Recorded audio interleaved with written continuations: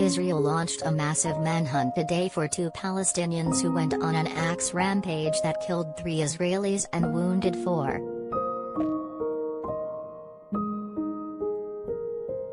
The attack took place on Thursday night in Elad, a central city mainly populated by ultra-Orthodox Jews, on the day the Jewish state celebrated its founding 74 years ago in 1948.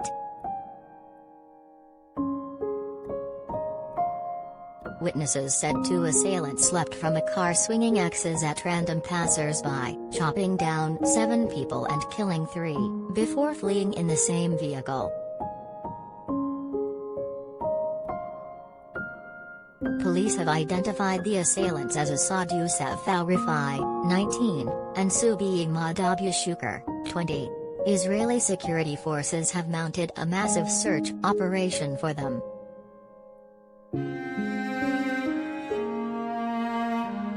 The Israeli Prime Minister's office said the 3 Israelis who died were Yonatan Habakkuk, 44, and Boaz Gol, 49, both from Elad, as well as Ben Yifta.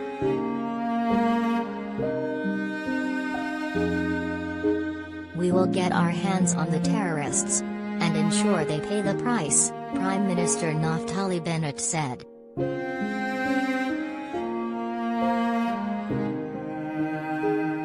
The attack followed a tense period in which the Muslim fasting month of Ramadan, the Jewish festival of Passover and the Christian holiday of Easter overlapped.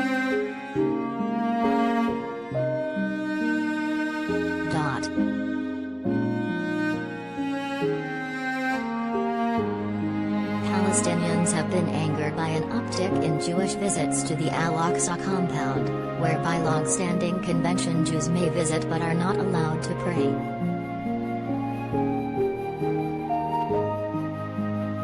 Israel has said the status quo would remain unchanged at the site known to Jews as the Temple Mount. The Elad attack was condemned by the United States and Palestinian President Mahmoud Abbas, who warned it could lead to spiraling violence.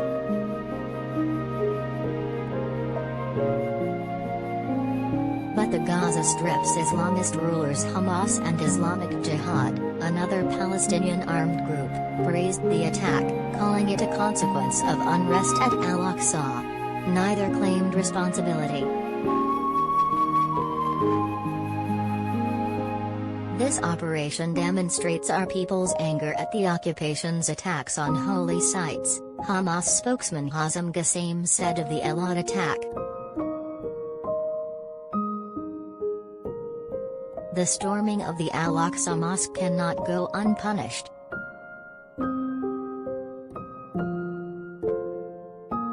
As helicopters and drones roared overhead in search of the perpetrators, young ultra-Orthodox Jewish men in crisp white shirts were seen linking arms and chanting near the scene of the attack.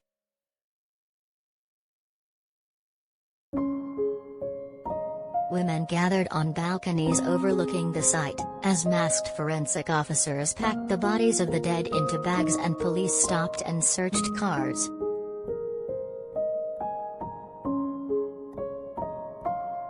Yehuda, a 31-year-old IT worker, said he was afraid that the killers have not yet been caught.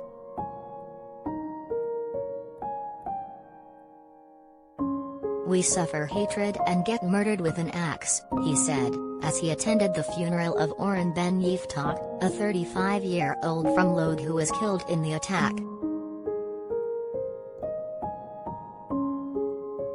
Police asked the public to provide information on the suspects after publishing their pictures and names.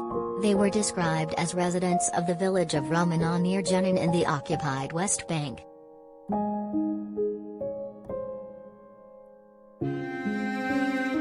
Israel's defense minister Benny Gantz announced measures to stop them escaping.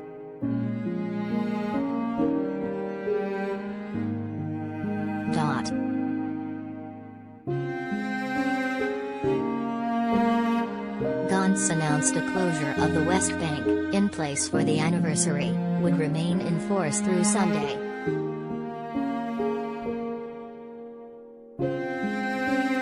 Prior to Thursday's incident, a string of attacks since March 22 had killed 15 people, including an Arab-Israeli police officer and 2 Ukrainians, in separate attacks inside Israel.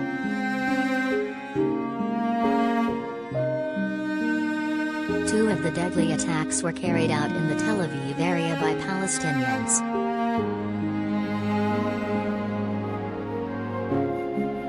A total of 27 Palestinians and 3 Israeli Arabs have died during the same period, among them perpetrators of attacks and those killed by Israeli security forces in West Bank operations.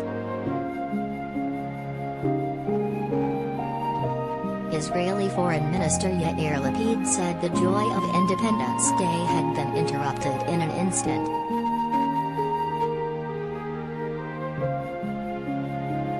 For Palestinians, the anniversary of Israel's 1948 Declaration of Independence marks the Nakba, or catastrophe, when more than 700,000 fled or were expelled during the war surrounding Israel's creation.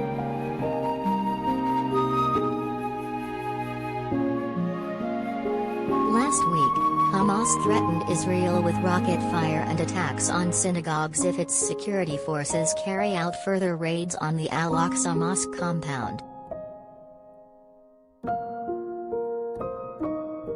Whoever has a rifle must have it ready, and whoever does not have a rifle must prepare their knife or their axe, said Yahya Sinwar, Hamas chief in the Israeli blockaded Palestinian enclave.